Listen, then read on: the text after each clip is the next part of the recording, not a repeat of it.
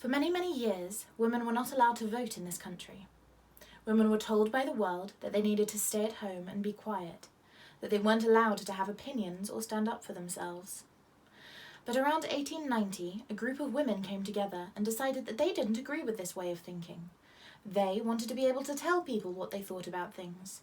They wanted to be able to vote for who should rule the country and what laws should be passed. And so, those brave women formed a group called the National Union of Women's Suffrage Societies. For lots of years, that group was led by a woman called Millicent Fawcett, who believed that if the group was peaceful, educated, and well-spoken, they would be able to prove to everyone that they were just as clever and well-meaning as all the men who were allowed to vote. So she held speeches and events and peaceful protests to let the country know that women are just as important as men. But another woman called Emmeline Pankhurst got bored and tired of being peaceful and not seeing any change. So, in 1905, she left the National Union of Women's Suffrage Societies and made her own group called Women's Social and Political Union.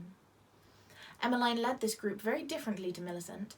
She believed that being peaceful would never work and that the only way to bring change was to be loud and sometimes violent. This new group started having riots where they would smash windows in lots of important buildings, set things on fire, and even put bombs into the houses of the leaders of government. Obviously, this wasn't the right way to do things, so lots of these women started getting arrested, and many were brought to Oxford prison. The women endured awful things when they were in prison. They were treated very horribly. The peaceful group and the violent group continued on for many years until in 1918 a law was passed that said women over the age of 30 were finally allowed to vote. This was a huge success for the groups, but it still wasn't enough. Men were allowed to vote when they turned 21, so why did women have to wait until they were 30? That still wasn't fair. So the groups kept on fighting, peacefully and violently, for another 10 whole years, until eventually, in 1928, the law was changed to say that women aged 21 and over were allowed to vote. The women finally had the same voting rights as men. Lots of the things these women did were very wrong, but a lot of them were incredibly brave and courageous. It's because of the work these women did that your mummies are able to vote as well as many other things.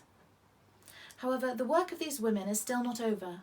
Women can vote, have jobs while having children, be bosses, and do lots of things they weren't able to do for a long time. But in a lot of jobs, women won't get paid as much as a man for doing the same thing. There are a lot of places in the world where women still don't have the same basic rights as men. Those women, the good and the bad, started a movement that we call the Suffragette movement. The principles that the Suffragettes fought for, that women have the same dignity as men, is still being fought for around the world. There are many inspiring stories across the globe of people fighting against deep injustice and harm caused to women, and I hope you can learn their stories too one day.